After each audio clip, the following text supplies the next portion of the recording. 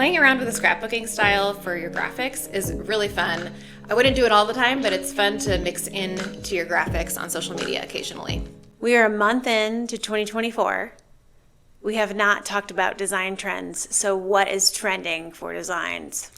Yes, so there's some interesting trends this year because they're a little bit conflicting. So the first trend is this minimalist, very streamlined, very clean, very simple design, especially for branding and logos.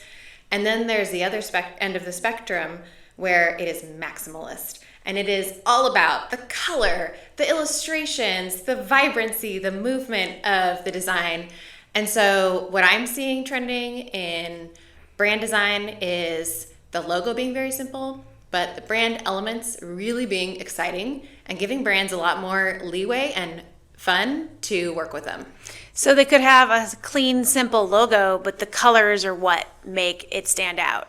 Exactly. So when I am talking about brand elements, I mean like your illustrations, your colors, your icons, patterns, textures, things that you can create around your brand that are going to make it stand out and bring it to life. How can brands put this into place when it comes to social media? Like, what are we seeing social media wise? Yeah, so social media wise, we're seeing a lot more use of illustration. And in fact, a couple of sources out there I saw called them doodles. So fun ways to make graphics around your content in social media that include not just photography and not just all type-based, but more of that illustration aspect to it.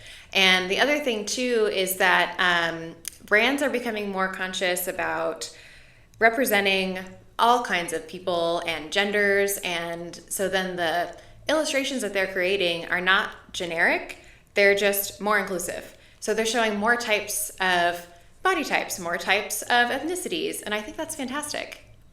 Well, we've been seeing that trend when it comes to content creation and brands really making sure that they are showing that they're inclusive by putting people inclusive in their branding. Exactly. Yeah. So photography, a lot of brands really have tried to do this for a long time with including diversity in their photography, but it's now getting more into even like the little people that they're putting into their illustrations. The other thing that we're seeing in graphic design for social media is a lot more video design. So a lot more motion graphics, a lot more playing with footage and type and illustration all together, and having these elements interact with each other more. A simple way to do this is actually through video captions, making them more dynamic, more interesting with colors and the way that they're moving on the screen. We've seen that a lot, haven't we? Yeah, I mean, we've been playing with that personally. Also, Instagram changed the way they did captions to make it a little bit more pleasing to the eye, too. They are giving you more options on the back end, font options, color options, and just ways that they flow across the screen, too. Yeah, so one question that we get actually is making captions in app versus in a video editor like CapCut or Premiere or After Effects.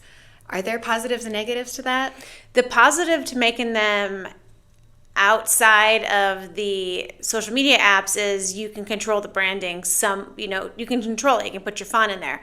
However, that does not give you the search engine optimization that your video will need to be found.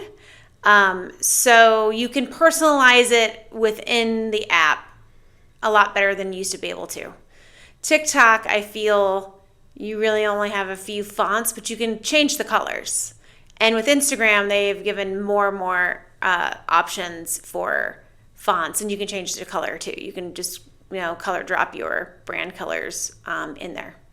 Yeah, something that I really encourage brands to do with these new options is decide on a caption style for your social media graphics. You don't want a whole bunch of different styles and colors and all that kind of stuff. We don't like to see that. I prefer consistency with your social media graphics as much as possible for that brand recognition and trust. And in terms of using any of these trends, consistency rules always. So having it be a part of your branding guidelines that you update every year as you want to include some trends or maybe leave some out that you've been using that are no longer trending, consider that. I mean, I would really encourage brands right now to go update your brand guidelines and make sure to include some of these things. A big tool that you want to have in your brand guidelines is your perspective of how you're going to use AI for your branding, because it's not just ChatGPT, it's visual branding now as well. So are your content creators, is your design department, is your marketing department, are they going to be able to use AI generated art, and in what ways, and what's the limits? There's a lot of controversy out there about that right now, but I will say that a trend for AI and designers is that AI is really coming along now as a tool that we can use as our kind of like designer sidekick, if you will, or wingman. And it's more of a way for us to be more efficient at working rather than stealing our work or like, getting us out of a job or something like that. That was a lot of the fear that was happening right now this time last year. So we see tools like being able to easily remove backgrounds, being able to resize designs really easily, and being able to change up colors in your designs just super fast. All of that is going to really help designers work faster, more efficiently, and come up with new ideas on the fly. Sounds very exciting and futuristic. Oh yes, Shannon, it is.